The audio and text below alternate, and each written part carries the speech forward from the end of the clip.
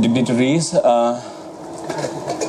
I may be looking weird, and that's not because I'm weird, that's because I've not been well for last 7 to 8 days. I've been sick with severe fever and cough and all that stuff. Whatever can happen has happened. Secondly, listen to me very carefully. I don't know when I utter a nice thing, so be attentive. So I was thinking, what could I talk which basically is directly or indirectly connected to the life of Louis Braille, which may be inspiring to us all. And then I found out a couple of things which are basically very useful to everyone, everywhere in the world. And I will be talking about those things precisely today. I would also like to sort of see if we can basically understand disability as a difference and not as something which is inferior. So how do I begin? That's the most important thing to sort of think about.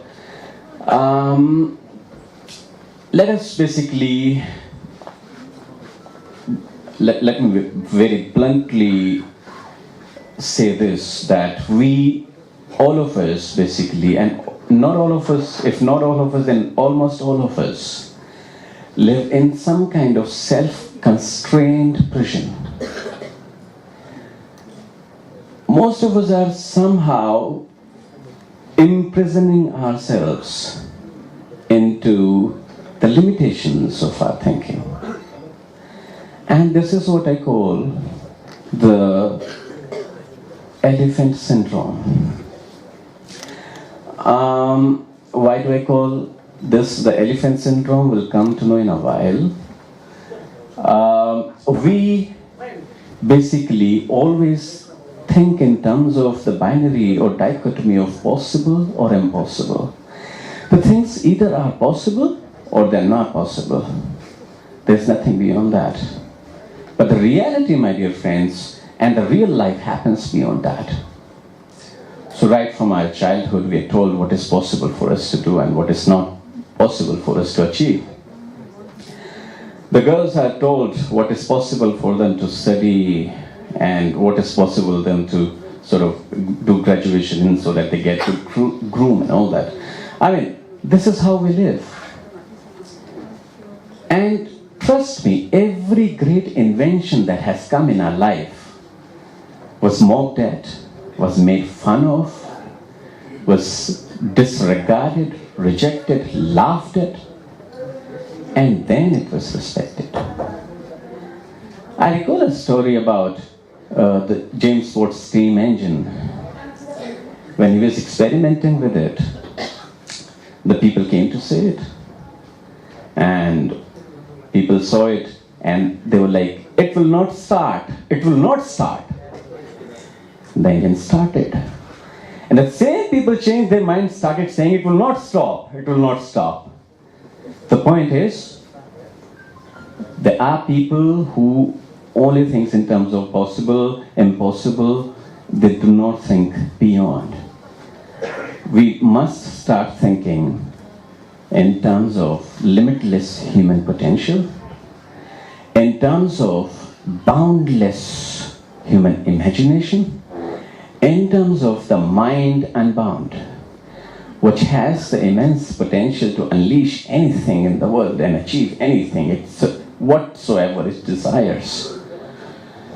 Now, it so happened that the herd of elephants was tied with tiny ropes in their front legs. The passers-by observed it every day. The ropes were really tiny and thin, and the elephants were huge mammoth creatures. And those huge mammoth creatures were just tied with those tiny ropes and they were not breaking away. How come? The trainer was asked about it. This was a very curious story. The elephants were not breaking away from the ropes. They could have easily done so.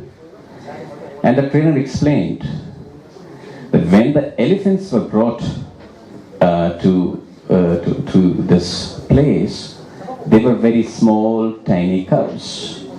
Their legs did not have sufficient muscles and strength at the time to break away from these tiny ropes. They grew up believing that these tiny ropes cannot be broken up.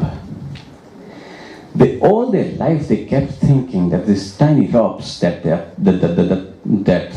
are tied to their front legs cannot be broken because they're strong, and they got conditioned. And this conditioning basically enslaved them and not the tiny ropes any longer. And that is what is happening to us. Most of us believe that disability is in many ways a limitation, is a restriction, is an impossibility, which is a wrong way to think. Disability is just another way of doing things. It's doing the same things by different methods. And it's just, if I want to read, I will read through my ears, that's it. No other difference. I want to bring you to the next point. What is needed? What do we need in our society is not what we're having right now. We need faith. Faith and reasons are two inevitable requirements and aspects of human life. Reason thinks and makes us think calculatively, mathematically. We calculate on the harms and benefits of something. We speculate upon the do's and don'ts and benefits and losses of something. But faith takes us beyond. Faith tells us, believe in yourself and the world is yours. We need faith. And second thing that we need is compassion. Because faith and compassion alone can create the world. Reason is divisive. Reason deep down divides because reason is selfish. Faith is beyond that. Why am I saying this? I'm saying this because if we have to create a society where every person, from irrespective of their caste, religion, region, gender, disability, whatever, has to be included, involved, and go hand in hand, shoulder to shoulder, we must create a society which is based on faith and compassion. And second thing which is required is the ability to get over our stereotypes, and where there is compassion, there is less stereotypical thinking. It so happened that a 22-year-old was coming with his parents in a train. And the train was running. A beautiful couple was sitting across. And the young guy was reacting like a child, was skipping around, was so bubbly and was shouting and everything. The couple was surprised. And the young guy was like, "Dad, look at that. The trees are running from us." And the couple was like, "Is he mad?" They murmured to themselves. After a while, the young person was again, "Dad, look at that. The clouds are chasing us." And the couple couldn't control themselves. They couldn't resist anymore. They asked and they suggested, downrightly recommended the parents, "Why don't you take your kid to a doctor? He seems to be sick." And the parents said, "We did. He was a blind person. He just got cured of his eyesight. And he's excited. He's just seeing everything for the first time." It's very easy to make perceptions and judgments about anything and everything before even knowing it. It's very easy to acquire stereotypes and prejudices and predilections. It's very easy to acquire biases. But it takes real self to challenge the stereotypes and to have the guts to analyze into something before making an opinion about it. And that's what we need to learn and we need to do if we want to build a collective, holistic, inclusive society. And this is what the requirement of the time is. This is what the requirement of the society is. Compassion, sympathy, empathy, stereotypical thinking has to be ended. This is what we need. We hardly seem to be caring about these values these days. It becomes very clear on the New Year Eve when severely polluted Delhi begs everyone not to burn crackers. And we find ourselves burning crackers, choking ourselves to death. It becomes clear that there's something fundamentally wrong somewhere about ourselves, which we need to reflect upon about. And this is what we really need to understand. Now, I want to talk about adversities a bit. Because, be it Louis Braille, be it any other great personality, everyone basically is sharpened, brightened by some or the other adversity.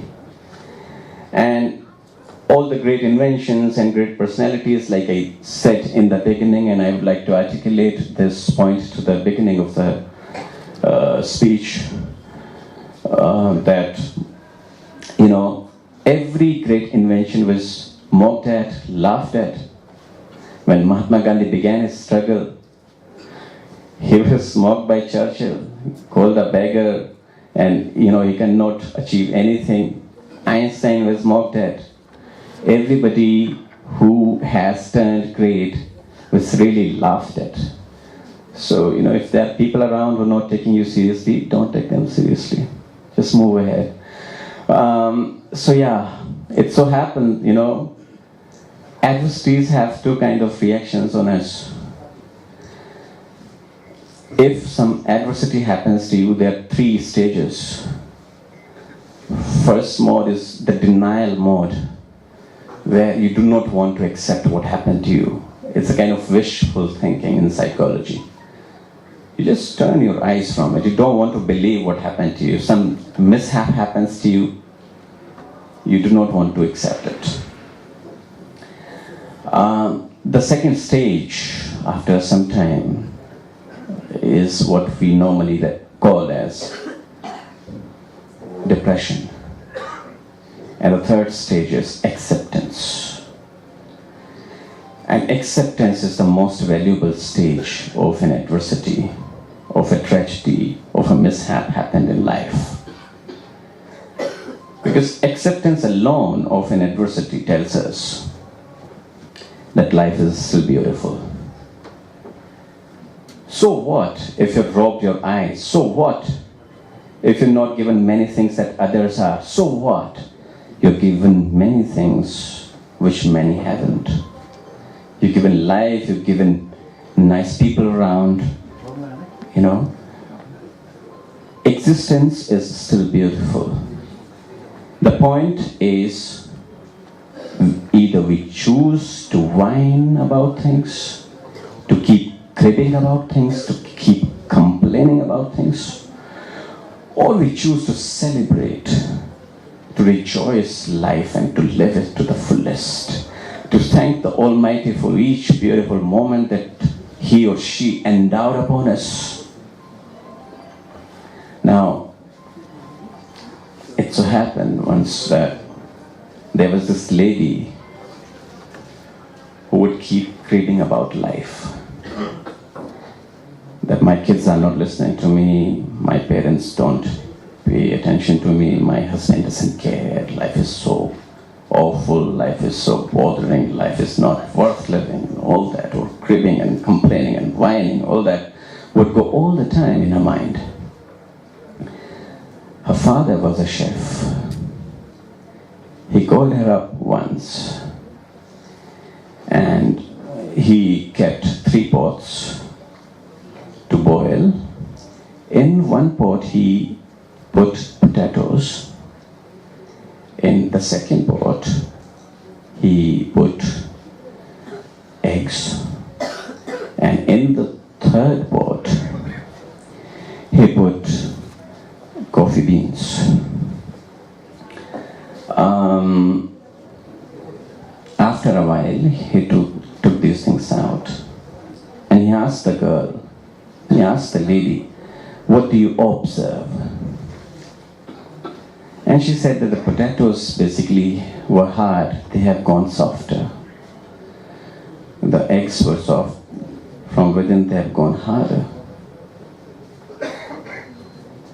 And he explained, the potatoes are like those people who, when exposed to adversities, succumb, give up, accept defeat and keep crying. Eggs are those people who, when exposed to the harsher climate or adversity, become hard.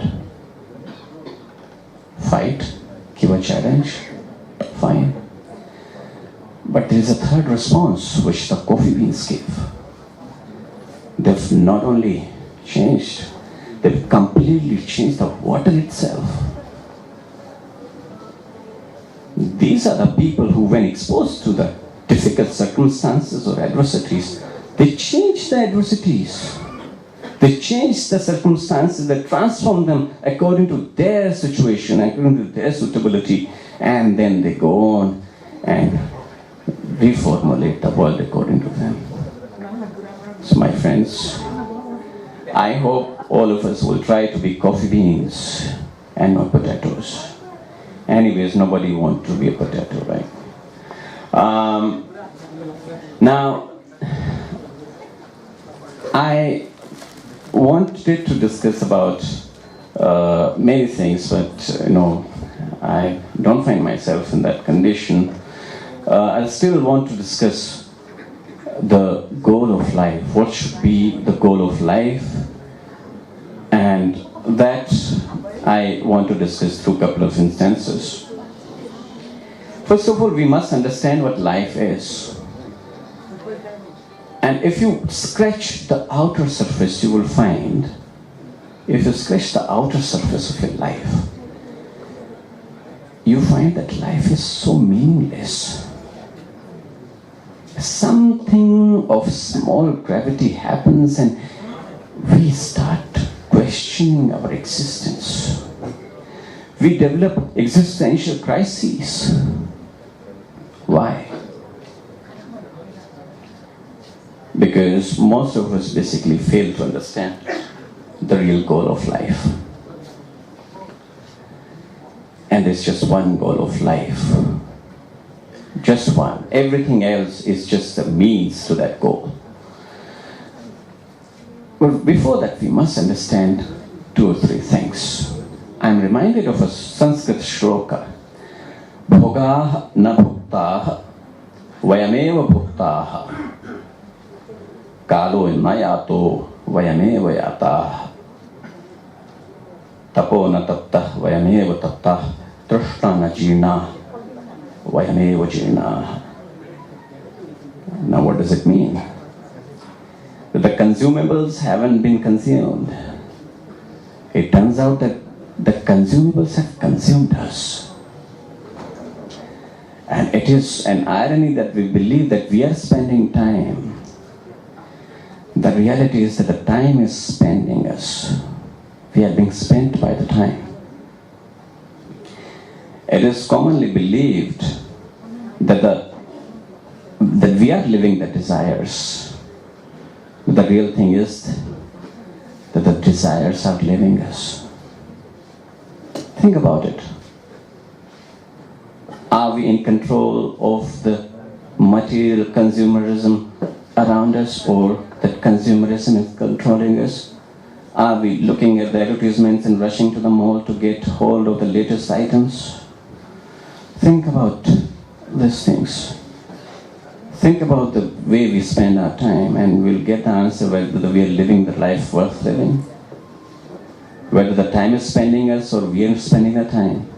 If we are spending the time, then we are living. If the time is spending us, we are not living. If the consumables are consuming us, we are not living. If we are consuming the consumables, we are living. And we can only consume the consumables consumed in the least. If you consume the most and consume, you are being consumed. So that's how it is. Now, as the great Carl Sagan said,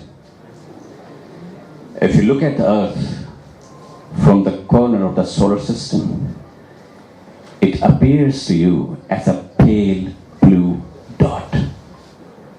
Very tiny. We are almost nothing in this universe. Almost nothing. Maybe the Creator has already forgotten us.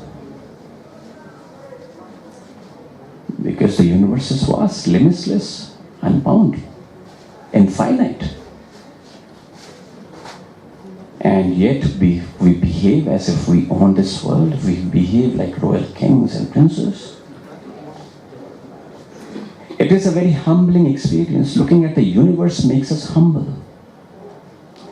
Looking at the universe itself tells us that we are not worth what we're behaving like.